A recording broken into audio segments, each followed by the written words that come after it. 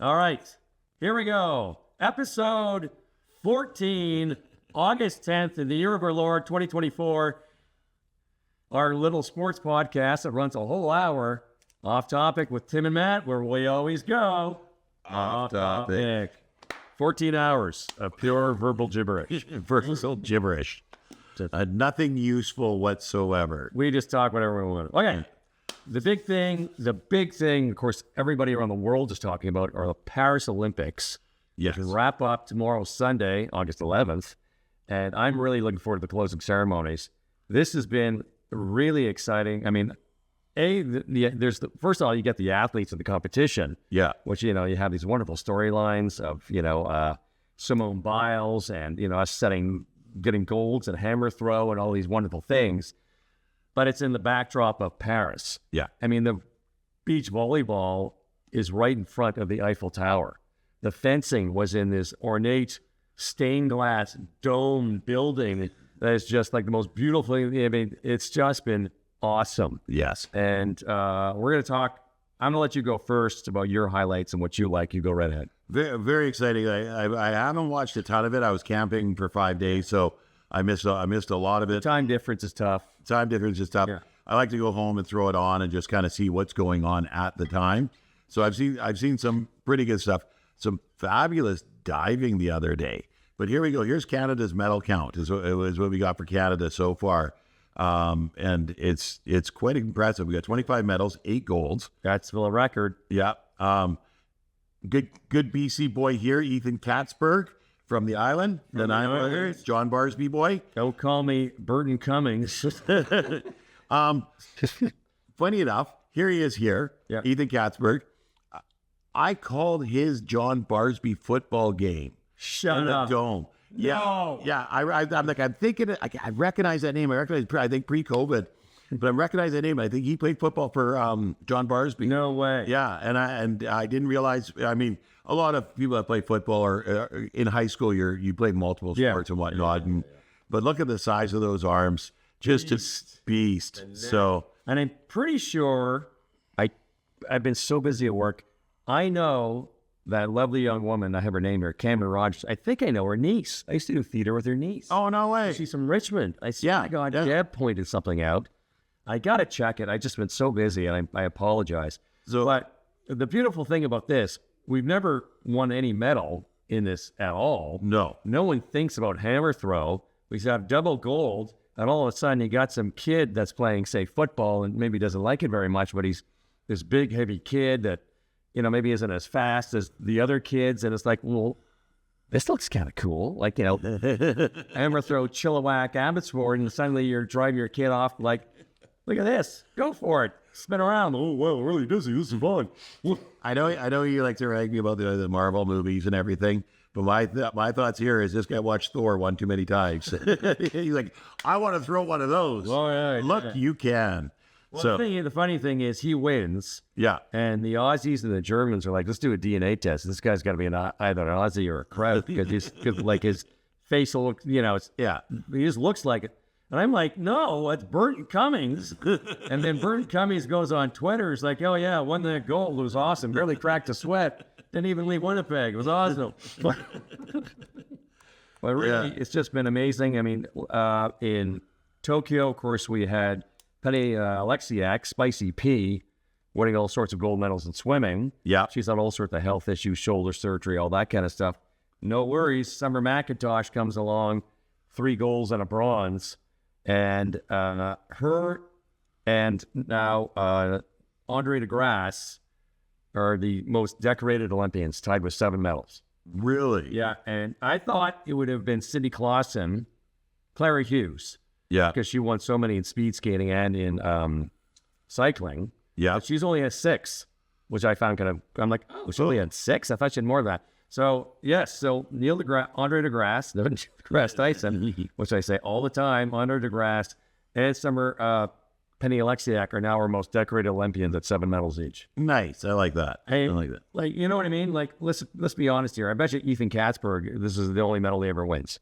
Right? It's a safe bet. Yeah. Well, and he's only 22. Right. So you can see them in 2028. Right. Be back. Like Damian Warner will tell you, he won the gold in decathlon and did not even finish this year. Yes. You just never know what's going to happen, like your health. Yeah. And you get one medal, that's it. These guys have 7 each. Like, it's just, what a legacy. I love it. Yeah, and they put multiples per Olympics. Yeah. You got to give him that too. Yeah. You know, he has one event. He goes and throws a hat. Yeah, right. And he nails it. And he nails it. Nails The next one I was really excited with was the women's beach volleyball. Oh, yeah. Yeah. So they came in silver. They got a silver. Love it. Lost to Brazil, but it was a close matches. They won one. It was 2-1. Yeah. So I mean that was great.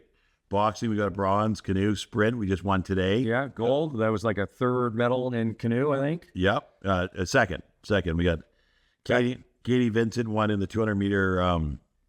Got a gold in the 200 meter. Yes, but the women's doubles, they won one. Yeah, that's the bronze. They got Mackenzie and Vincent. Yes. Yeah, so we won 3 medals in canoeing, is my point. Oh, okay. Because the doubles. Yeah, it's two people. Yeah. It only counts as one in the standings, so. What? Yeah, it only counts as one medal. It's a team thing. No, I know that. Yeah, but they won 2 individuals and 1 team. No. Just according to this, they got the 200 meter and the 100 meter double. I thought we won another one. Okay. No. No. I've got gold fever. We got a gold in judo. Women's 57 kilogram class. Krista Deguchi. Yep. Weightlifting, taekwondo. 8 in swimming in total. So Summer McIntosh had 4. Massey had 1. Yeah. The men they got some. Ilya Karun got 2, 100 and 200 butterfly. Yeah. And Josh Lindo got a silver. Yeah. So 2 bronzes for Karun and silver in the men's butterfly. Here's Summer McIntosh is 17 years old. I know. Where do you go from here? Just keep swimming. Keep swimming. But I mean, it's just like, one of the interesting things, I read an article after Tokyo, is a lot of Olympic athletes really, like Mark Spitz, just never really figured himself out after the Olympics. Because you peak so early in life. Yeah. Your sport dominates. Like swimming, I used to work at a place called the Etobicoke Olympium, and they would have world-class swimmers there. Yeah. I mean, the hours in the pool, like before school, after school, like the hours in the pool. And then it ends, and then what the hell are you going to do, right? Like, it's just crazy. You know, and I agree with you. Like, but the other thing is it's 4 years until you get to perform again. I mean, yes, they have like the World Championships every year, but they train all year long, and they go to the World Championships, and they keep in shape and everything like that. And then 4 years later, you're back to the Olympics again. So I mean, it's a really, really big buildup, and then a big letdown too. Yeah. So I can see it being tough to stay focused. Yeah. It's just then you reach a point in your life where it's just like, I don't want to do this anymore. And you got to, yeah, exactly. Pete Sampras got married. His numbers dropped off. Everybody started bragging on his wife. He's like, all we do is play tennis. Like, I want to get married, fall in love, have kids like everybody else. Like, all anybody wants me to do is play tennis. Yeah. I've been doing this since I was 7 years old. Like, there's other things in life other than hitting a ball with a racket. Yeah. The money's great, like, but it's pretty tough to do. Well, and that's what you see, like, NFL players retire young because they got other stuff they want to go do. Yeah. And they don't want to have CTE. They don't want to be the only thing they do. They'll be able to pick my kids up without painkillers, right? Yeah. Back, the shoulder, the knees. Exactly. So, I mean, I think it's great that Jason Kelsey played his 10 years. 13 years, retires, and he's only 35 years old, 36 years old. He's on chronic. Yeah. And he knows he's going to get CTE, too. Yeah. It's just a matter of time. So that's kind of scary. There was a figure skater years ago. I know he won worlds. I think he got a bronze at the Olympics. Okay. But in his prime, he said, I'm retiring. I'm going to go get I'm going to get my engineering degree. Yeah. And I was just like, Yeah. Like, where am I going to go? I could keep skating. Then what am I going to do? Right? And people will forget about it. Like, these wins are fleeting. Yeah. It's seconds. Yeah. And you don't see the decades of just grueling hard work to get there. And suddenly you're 25, even 30 years old. you got 50 more years of your life you got to live. Like, what do you do? So, Well, I mean, you got Josh Dobbs. They call him the pastronaut. He's a quarterback that actually got his rocket science degree. Which works for NASA. He said it. Why not? There's a British athlete. I think she's a track and field athlete. She is a dinosaur scientist. Yeah. And she went to a dinosaur museum when she was a kid. I want to do this. So she's got a paleontology doctorate, and she's just won a gold medal. How do you date a woman like that? Oh, yeah, I did really well. I got an A in my grade 9 physics class. Yeah. Hey, look at my great job at the car dealership. Oh, here are my gold medals. Yeah. Yeah, I have a lot of respect for the athletes that go into school and actually take a degree in something that they want to do. I mean, you hear a lot of kinesiology, marketing, business, right? Great. You're going to make millions of dollars, and you have to know how to do that properly. You're going to make millions of dollars and have a career where you could be an engineer and go build stuff. Yeah. Go be innovative. Very cool. That's the cool stuff that you hear about. And, I think basketball does a disservice to its players by letting them a year after they only have to go a year to university, so these guys never end up actually getting their degrees. They get a year of general studies. They don't even go to class. Yeah. Those guys don't even go to class. I've had this conversation a few times. Someone leaked the test results at, I think, one of the Florida State or whatever.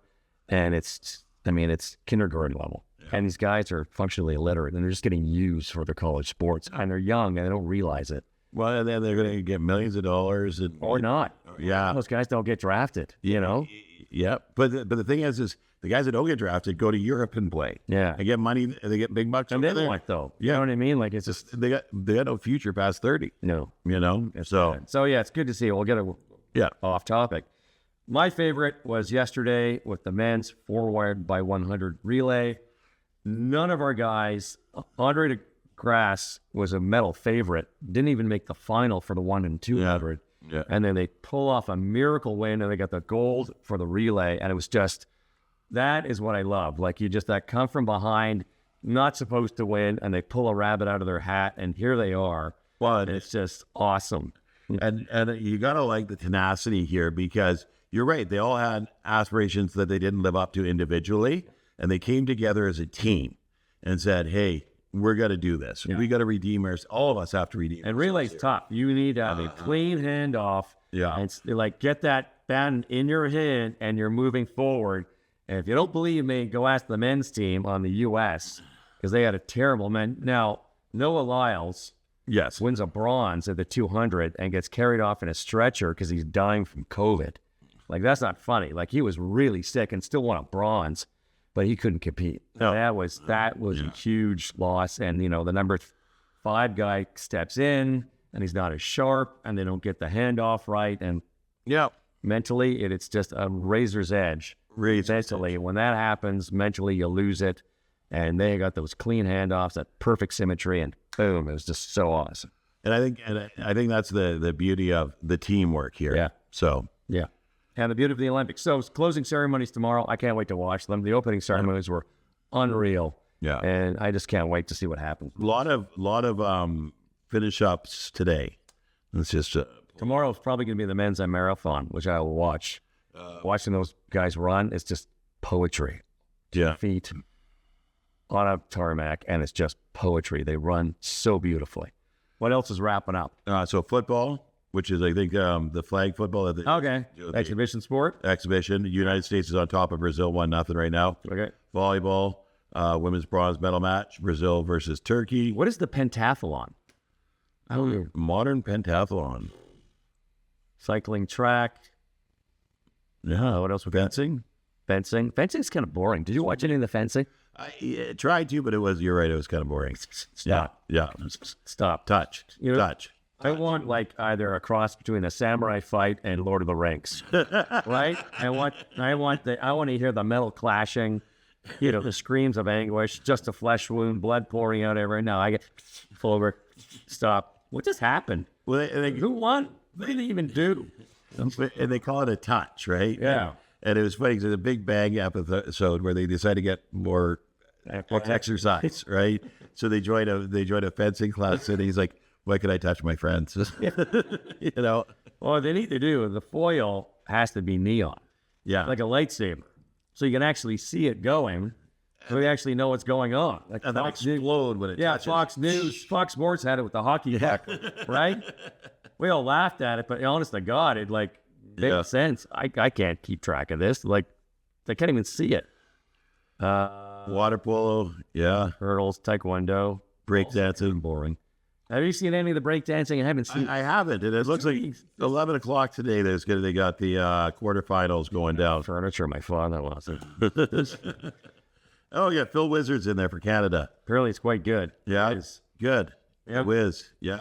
So there's lots going on, basically. Full day of it. Yeah. Semifinals, and then the boys' final is at 12:19 for breakdancing. The boys, The B-boys. the B-boys, the breakers. Boxing, women's final. Beach volley men's gold medal match is on later today. I do believe that's Sweden versus Germany. Yeah, those guys are massive. Like, so tall, so athletic. The women wear those bikinis, and they're just gorgeous. And the men wear like boxer shorts, knee-length shorts with the tank tops on. I'm like, this isn't fair. Yeah. Even Speedos, like, get a little eye candy for the ladies. Come on. You know, and it's funny because they had there was a big to-do. I can't remember if it was the volleyball or if it was a different sport where they wear that stuff, right? It was, I know what it was. It was the Norwegian handball team. Yes. And the women had to wear the bathing suits and then got to wear the shorts. Yeah. Yeah, and they made a huge deal out of it. But then the athletes come back and they're like, can you be quiet? We like those. Yeah. You know, and we are very flexible and we can move very well. And, you know, so, I mean, instead of like the general public or social media, they like to get up in a roar like, oh my God, they're objectifying women's bodies. But the women are like, hold on a second. This makes it really easy to do what I'm doing over here. So it'll beach all young women. I mean, really what it should be is, okay, here's our 3 prototypes for athletic uniform. The men's are just sort of easy, but the women's, of course, there's the thong debate. Yeah. What do you want to wear? And they let the women choose, and if they all choose like the boy shorts or the thongs or whatever, you can just say, here's our new Olympic thing. Yes, it's revealing, but the women all chose this. We gave them options. This is what they chose. So it's their decision, not ours. And then the whole controversy just goes away. So here's the big one though. Is tomorrow morning at 6:30. This is the time. Is the women's gold medal game basketball, United States versus France. The greatest thing that can happen for women's basketball in this game is if France wins. It would be by 1 point. By 1 point. Yeah. Honest to God, no word of a lie. That would sell women's basketball around the world like you wouldn't believe. Like you wouldn't believe. Yeah. But and some of these games, I mean, the U.S. has dominated the majority of the games, right? You knew that was going to happen. But the men are going up against France also. I do believe so. Yeah. Yeah. That'd be pretty cool. Yeah. So let's go back. Where's back to the top? Back to the top. Did I miss the marathon? Because last year in Tokyo it was the last day. No, I'm not sure. You might have missed it. I don't remember seeing it here. Yeah. Anyway, doesn't matter. But yeah, it's funny because you watch the women's sprinting, and some of the teams have the boy shorts, and some of the women are literally wearing thongs as they run this thing. But you know, Canadian surfer was going up against a Brazilian surfer. She had the boy shorts on. The Brazilian was wearing a thong. But you know, with Copacabana Beach, this is what everyone's been talking about for 50 years. So I'm guessing it was her choice. Anyway. Tune in the Olympics. Let's go on to a couple other things. We had 2 notable deaths in sports. Yep. Why don't you talk about Billy Bean? Billy Bean, baseball player, manager, I didn't do it. But he was the second player ever to come out as gay after he stopped playing. And now here's where we've grown, people, and this is where we got to be impressed with ourselves, is they're coming out now while they're still playing. Yes. Right? And they're not afraid to be who they are. Yeah. Right, and they're rare, very rare. Yeah, and they're getting support. They're not getting blackballed. They're getting support from their teams and everything. And I know we've talked about Ted Lasso a few times. Yes, but one of the guys on the team in one of the episodes, one of the guys on the team, he's gay. Yeah, but he hides it from all his teammates, and he talks about womanizing and all this sort of stuff, right? And then when it comes out that he is, right, his teammates are like, "We don't care. Like, what? We don't care." Right? And Lasso stops and goes, hold on. We don't not care. We care about you. We care about a person. We care about what you've been going through. Yeah. Right? you being gay is irrelevant. You are a friend or a teammate. And this is what the world's coming to now. So, I mean, is that no one cares that you're gay. They care about your story. They care about you. They care about you as a person. Why don't you just tell me? Yeah. Yeah. So he went from when he retired, he became the diversity leader for Major League Baseball. Yeah. Which is one of the premier sports for diversity. Yeah. You know, and I think you talk about Kim Naga from she was the the Dodgers and the Marlins. yeah.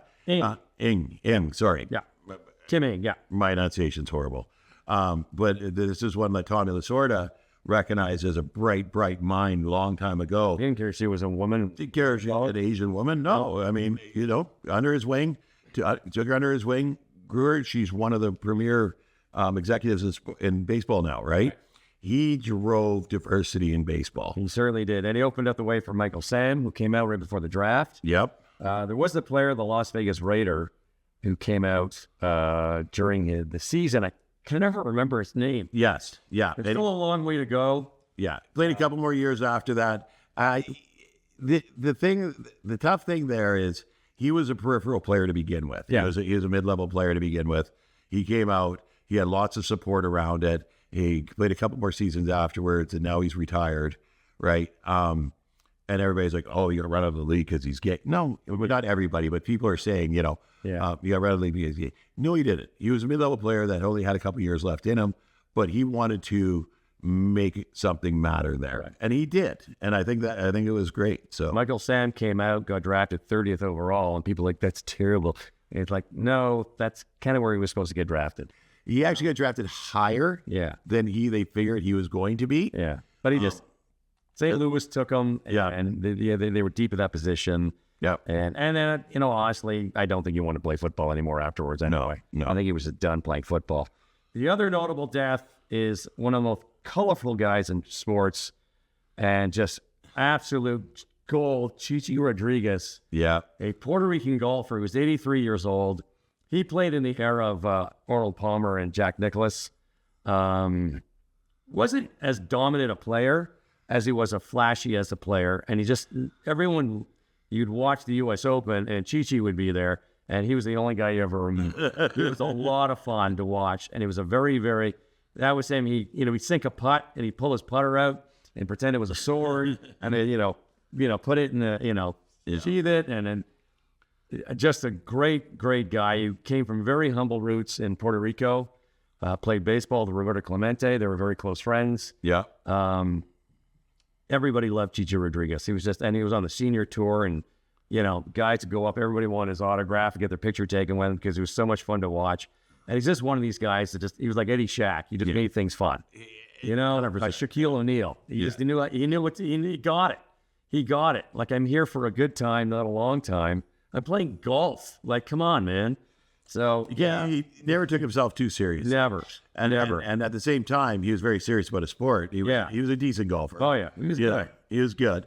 But he was more there to entertain. And I think a lot of gets lost these days is that they're being paid to entertain us. Yes. Right? And, they're not, they're there for us, not us there for them. Yeah. You know what I mean? So, and he knew that. Yeah. Early in the years, before TV was even a big thing, before golf was even that popular, right? Yeah. Yeah. So, I mean, you look at wrestling, WWE style wrestling, right? It's entertainment. It's entertainment. Entertainment sports, because you've got very athletic people doing very acrobatic, pre-choreographed moves and whatnot. 100%. I mean, you can't do that stuff if it's not pre-choreographed, right? But it's there to entertain. Yeah. And look, it sells out stadiums because it's entertaining. Yeah. People love it. And they have the storylines behind. Yeah, exactly. The good guy, and you get the bad guy and the villain, and Yeah. So, yeah. Love Chichi Rodríguez. And people are like, well, it's not real, right? And I'm like, Darth wasn't really Luke's father. Come on. Well, in the story he was. Yes, he was. Shut up. I'll tell you a funny story. You remember The Sandlot, the TV show? Yes, I love that show. Yes. The movie.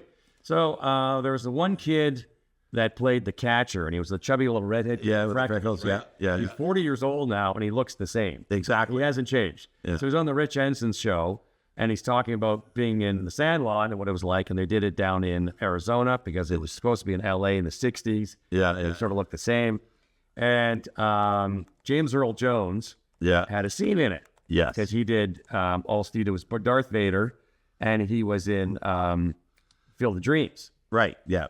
So all these kids are 11 and 12 years old in the show. And all of a sudden, James Earl Jones comes on for, I guess, his cameo. I haven't seen this movie in ages. And they're all like, that's Steve. It's Darth Vader. You go talk to him. No, you go talk. I can't do. And before anybody, James Earl Jones walks up to him, looks them all in the eye, and goes, Luke, I am your father.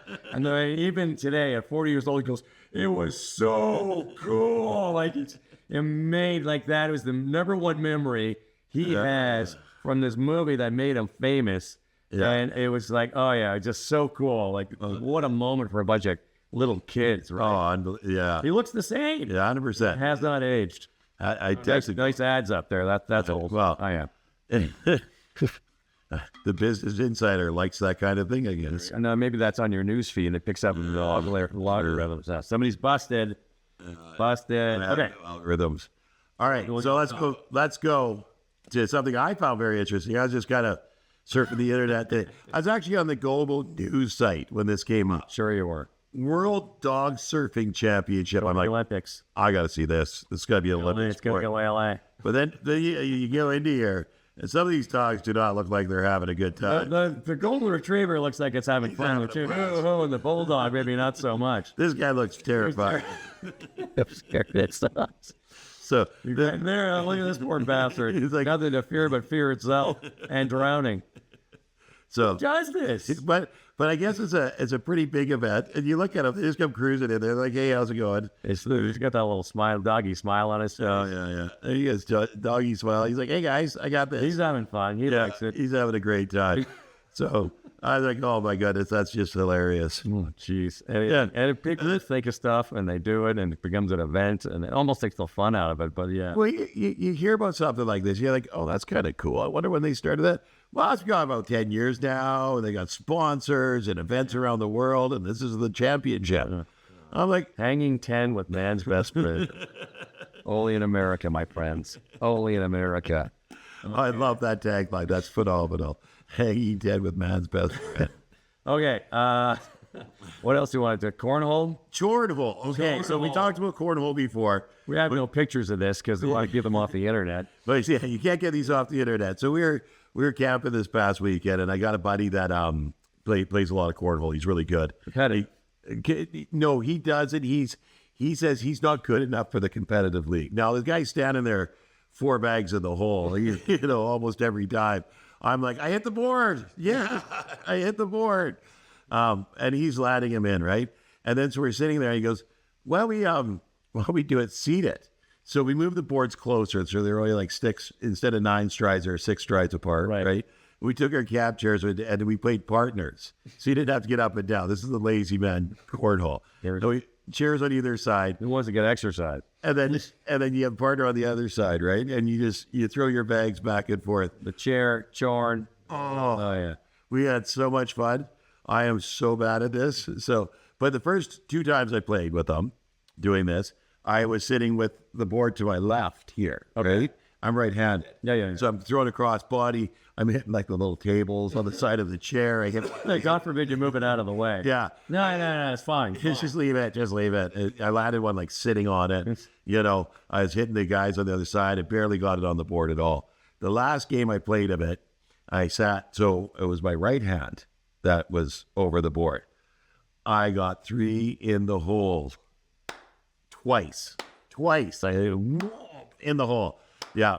So I'm just saying that, I'm not a great player, but I got better. So I was playing cornhole. My son does Muay Thai kickboxing. And they have little social nights and games nights. Or come drink the potluck, and they have cornhole and the big Jenga and all this. Anyway, so we're at the cornhole thing, and I said, okay, first toss is your regular hand. Second toss is your opposite hand. And their last top, you got to go over your head to try and get it right and scoop around.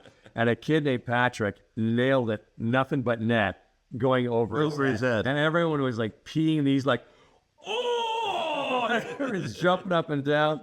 It's a complete fluke, but oh god, it was so much fun. That's a nice thing about cornhole. You can actually have a lot of fun with it, right? You know, just goof around. Well, and that's the fun thing. Like when you're camping with a bunch of buddies, you make games up. So they made this one up. They call it Beersby. So you got a frisbee. What could possibly go wrong? You got a frisbee. You get 2 tiki torches and 2 empty beer cans. Okay. So you put the empty beer cans in the tiki torches, and you stand behind each tiki torch. Right. You got 2 guys on each side. Right. Everybody writing this down? You take the frisbee and you hit the tiki torch to knock the beer can out. Now, if the beer can hits the ground, you get a point. Okay. Now, on the defensive side, if you catch the beer can, you eliminate the point. Okay. You're right? That's how you stop them from getting a point. But if you catch the beer can and your partner catches a frisbee, or you catch both, you get the point. You can steal a point. So I'm watching this game. I sat to watch this. Just going to LA. I know, right? I'm in. We got to get Beersby in the Olympics. So all right, moving on to actual sports. A lot of talk in the NFL. There's not much going on because it's all training camp and stuff. Yeah. Brandon Ayuk is causing a few headaches around the league, being, I guess we can only describe as a pain in the ass. You're more schooled on this than I am. What's going on? Well, okay, so Brandon Ayuk is a good football player. He's had a great Super Bowl. He's a really good receiver. San Francisco 49ers. San Francisco 49ers. His contract's going to be up after this year. He wants to get paid. He wants to get paid like a number 1 receiver, but he's number 4 on the depth chart of the offensive weapons on the 49ers. Right. So you've got Deebo Samuels, who's the number 1 receiver, George Kittle, number 1 tight end. Right. And top 3 tight end in the league. Easy. Christian McCaffrey, who's a number 1 running back in the league. Pale that. Unreal. Unbelievable. And then you got Brock Purdy's contract's going to be up this year, and they got to talk about extending him. Right. $60 million a season. Well, that's the word out there, but I can't unless he wins the Super Bowl this year. I don't see that happening, right? So you've got the guy. He's number 4 in their depth chart of offensive weapons, and he wants to get paid like he's a number 1. So now he's like, trade me. All right. And they're like, okay, we worked out a trade with the New England Patriots. And then the Patriots, offered him $30 million. They're going to pay him like a number 1. Don't want to go there. Bad quarterback. Yeah. Don't like the quarterback situation. And then they're like, okay, there was another team and it was a non-starter, similar sort of thing. I don't like that situation. Well, where do you want to go? Pittsburgh. Well, Pittsburgh doesn't want you. They don't need wide receivers. It's completely different. So like he's trying to get a big contract, which a lot of teams don't have the cap space to do. Right. He's trying to get an extension, which they're fine with that, but they don't have the money to pay it. Yeah. Right. And then, but also they're going to have to give up what he's asking for at $30 million, and then trade something back to the 49ers. So they're going to have to give up additional assets. Yeah. So it's not working out for him. The business side is working against him. Really is. Said he's really good. But he's really good playing with a quarterback like Brock Purdy, who, he's the kind of guy who can make guys look good with those laser beam passes, right? When you got to have at least 1.5 guys on George Kittle, you got to have 2 guys on Deebo Samuels. You got to have at least 2.5 guys watching Christian McCaffrey. Yeah. Right? He's running free out there. Right? Juwan Jennings is on the team as well. And he's doing just as well as Ayuk. Yeah. Right. But he signed a contract and he's like, I'm just give me a regular I'm a mid-level number 3 receiver. I'm kind of liking the Super Bowl. Yeah. And also, I mean, we've had this conversation before about wide receivers. There's 1 quarterback, 1 tight end, 1 knows how we're going to describe it on the field at any time. There's as many as 4 wide receivers. Yeah. A dime a dozen. Yeah. And he's good, but you're in a good situation right now. Take $15 million a year. It's a lot of money, and you might win a Super Bowl. Well, end up on the Jets. Yeah, end up on the Carolina Panthers, and it's not going to work out as well. More than a few guys. Jeff O'Donnell, I think, was thrown for Pittsburgh. Yeah, made it to a Super Bowl, came close against Dallas years ago. Went to the Jets, and it's just like, what were you? Never saw or heard from him again. Yeah, and that's the thing. Like he's going to go from being good in a really good situation to average in a poor situation. They could trade him, but no team's going to trade anything for him if they can't get an extension done with him, because then he's going to go into free agency. But I think when he gets into free agency, it's going to be a bad team that throws a lot of money at him. Yeah. Any of the good teams, they're a good team because they don't have that kind of cash or cap space just laying around. Yeah. Right? If you go to New England, you got a rookie quarterback, go make the quarterback look good. Yeah. Go help the guy. Yeah. You can help elevate this team. It might take you 3 or 4 seasons, but you can do it. And it's just this me, I thing. Yeah. Biting them in the ass. So, oh, well, too bad, too sad. All right. My favorite, we're going over now.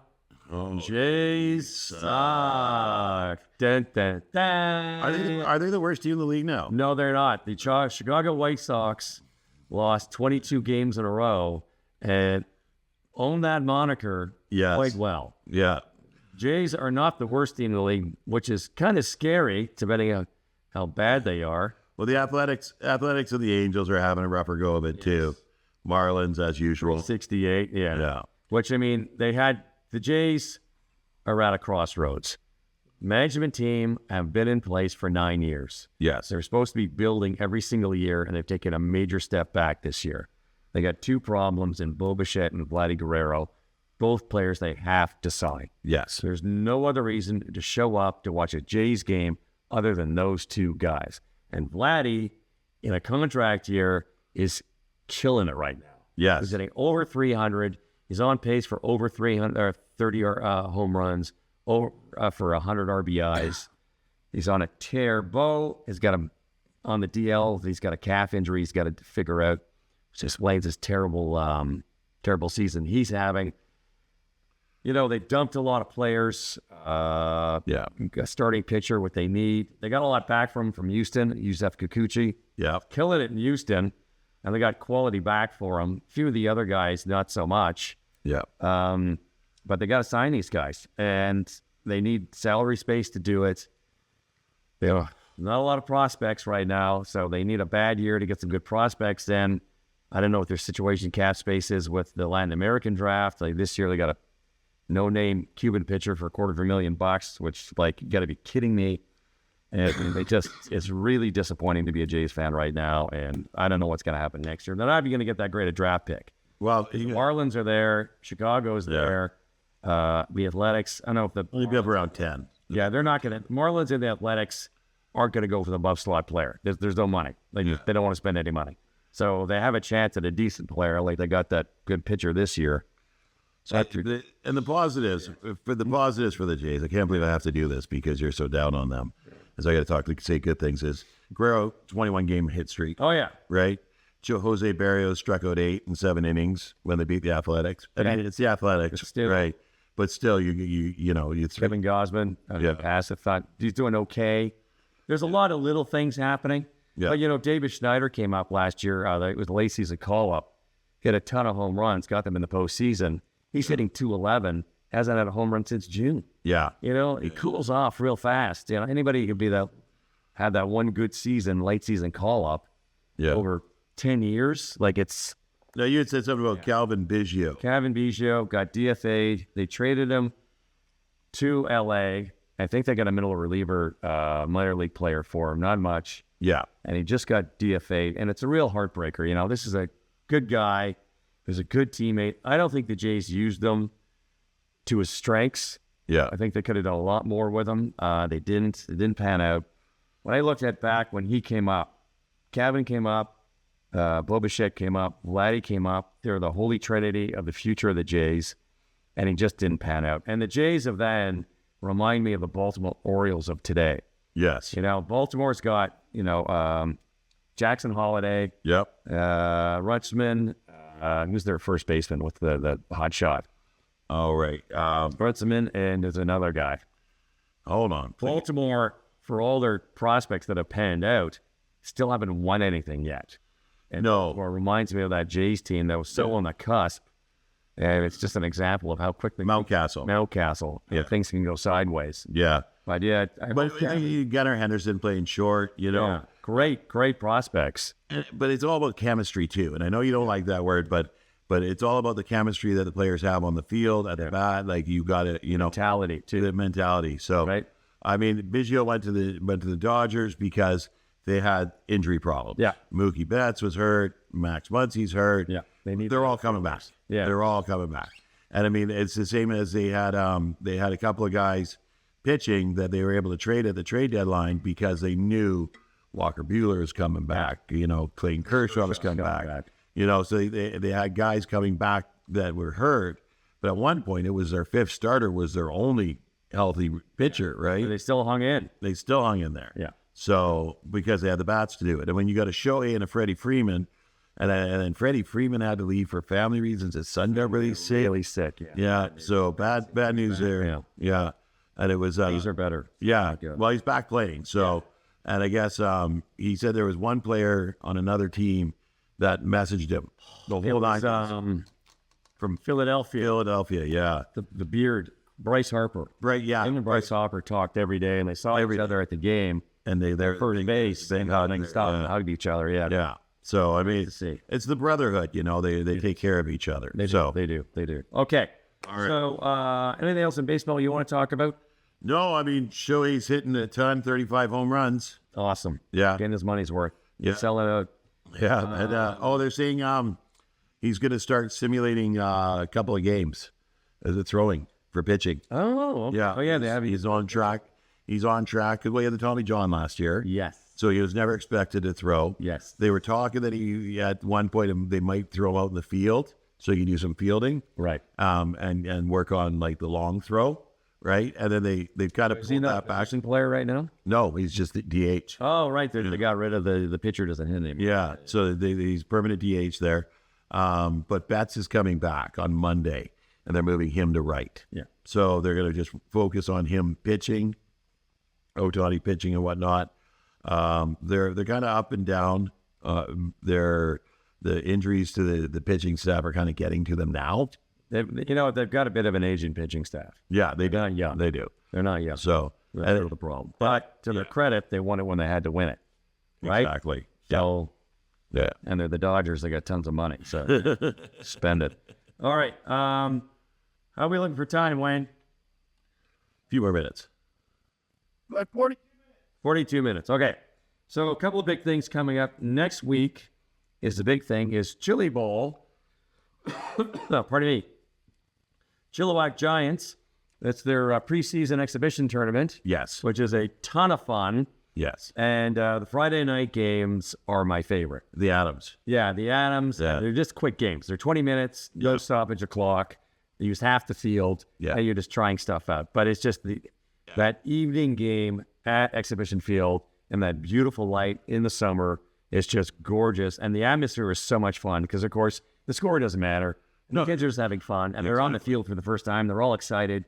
And I know they do on both ends. Like, so yes. 2 games going at the same time. So you have these two's half the field. Yeah. So you get 3 plays, march, and try your 3 things on defense or on offense. And then that ends. And then they go back. And then they march the 3 plays. Yeah. And then just keep things going. And so they can work out the wrinkles and see who's, your actual starter rather than the kid you thought was and blah, blah, blah, blah. Anyway, pardon me? Brand new field at Townsend. They replaced the turf at Townsend. Oh, yes. Finally. Yes. So that's exciting to see. I remember driving past. They were just tearing the whole thing up. That's coming up. So that's really exciting. What's going on with Huskers? Anything? Huskers lost last week. So Okanagan. To the Okanagan Sun. And it was 26-0, right? But it wasn't that big of a blowout. Yeah. Now I'll tell you right away, it was I've never called a game with so many punts in it. Really? Yeah. Two plays punt, both sides. And it was that field position game where you move the ball with punts this way and that way. And that's how the Sun got their touchdowns, right? But it was 2-0 at the end of the first quarter because of the punts into the end zone. So they got a first down and then into the end zone, a couple first downs into the end zone twice. Whereas the Huskers were having a real hard time. There was 2 plays and kicking. It was not a very fluid game. It didn't roll very nicely at all. Very choppy. Lots of injuries. Lots of drop balls on both sides. So it wasn't as fun. The week before, you called the game, and it was 51 or 52 to 7. Yeah. And it was an absolute domination where the Huskers all three phases of their game were phenomenal. Right. So Against Kamloops, that not always the best team. So that's the danger where you get a blowout against a weaker team and go up against a stronger team. Yeah. Maybe you're inside your head a little bit. So the Huskers are up to Prince George this weekend. Nice. Kodiaks. So that should be a good game. But yeah, I think last week was just an anomaly for them because they are much better than they thought. So, And, you know, sometimes it just happens. You get blown out. and Okanagan Sun and West Shore Rebels, 3-0 Okanagan Sun, 2-0 West Shore Rebels. They're going to be the two teams to beat. And they were last year. They're going to be this year. Langley's 1-1. Huskers are 1-1. Kodiaks are 1-2. Raiders are 1-2. And the Kamloops Broncos are 0-3. Yeah. So you got it's tight near the top. That's for sure. That's for sure. Okay. Another big event coming up October 11th, and we're going to get on this, is Muay Thai Gladiator Night.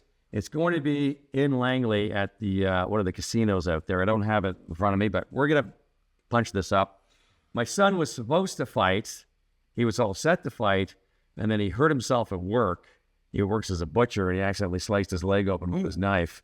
So he needed some stitches, and it didn't go into the muscle, just the fatty tissue, but it's taking a long time to heal. Right. And so he hasn't been able to train, and he was all set to fight, and crew was like, no, you're not in good enough shape. Yeah. You've been working on your cardio, and you can't use your leg properly. So he found that on a Friday, and it was just heartbroken. Yeah. Because he was really, they had one in June.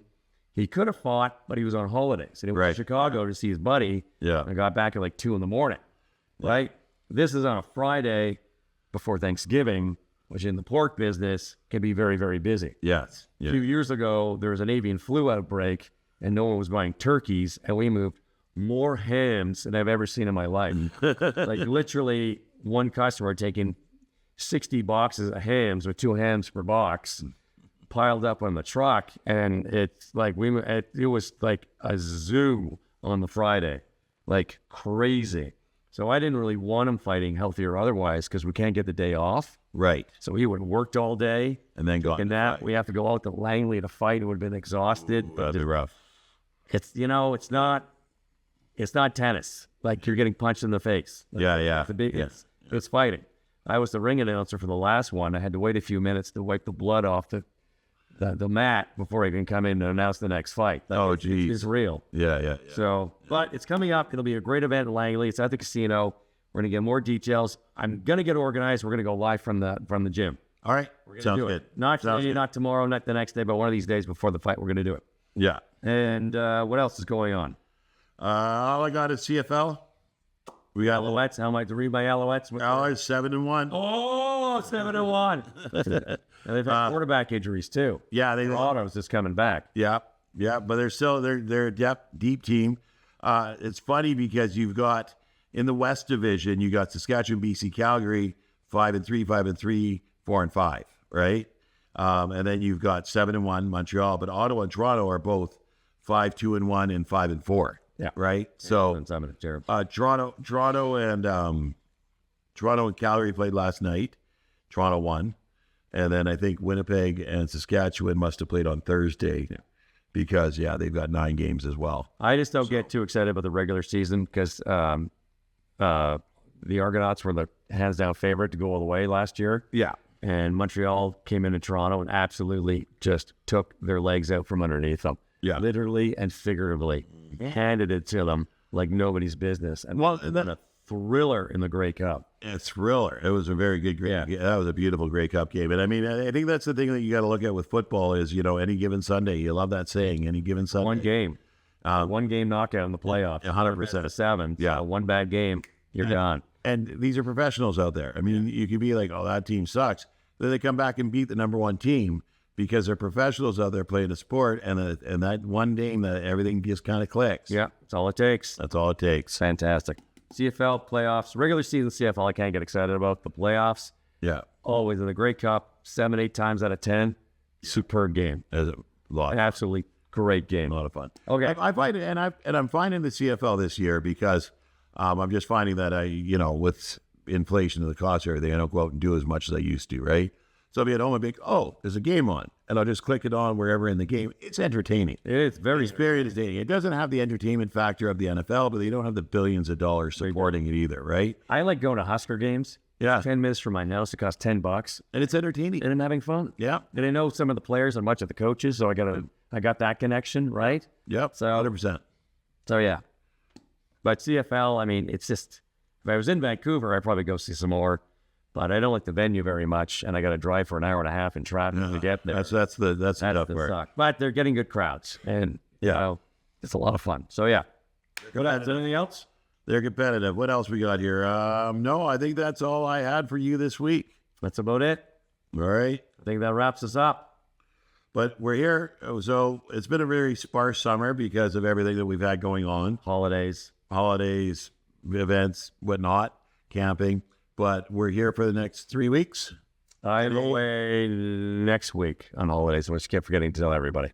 I think I sent the email, but it was months ago, so I don't think anybody remembers. Which is good because I've got a broadcast at 3, so I didn't want to be out here for 9 and then back out in Chilliwack for 3. So I can't remember when we're going camping. I think we might be going on the Sunday, but it's definitely, we're going to be coming back on the following weekend. Right. We're going down to Wenatchee in the U.S. Nice. Very nice. So I'm going to take a day. We're going to go to Leavenworth, North Washington.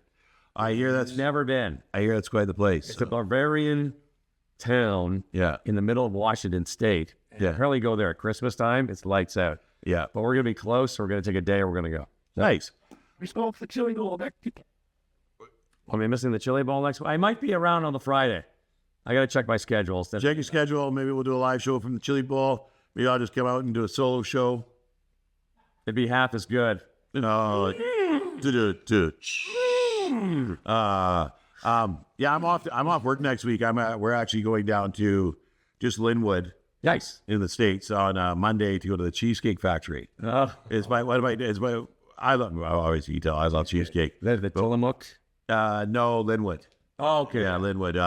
Tillamook is an actual cheese factory. Cheese factory. That's down in Oregon. Yeah. So we're going to drive down there. It was my daughter's birthday, and it's her favorite place. So I told her I'd take her down there for dinner. Nice. On Monday, but then we're going up to Raleigh Lake. Oh, okay. Yeah, Mission to go camping Tuesday to Friday. So fun. But I'll be back Saturday. All right. I think I'm around. I'll send an email. We could be back next week. Yeah. I'm so disorganized. I can't think day to day. Okay. All right. Thank you for tuning in for our 14th episode. 14 hours. Just Gibberish. the best stuff you've ever heard in your life. Tim and Matt, where we always go. Off topic. All right.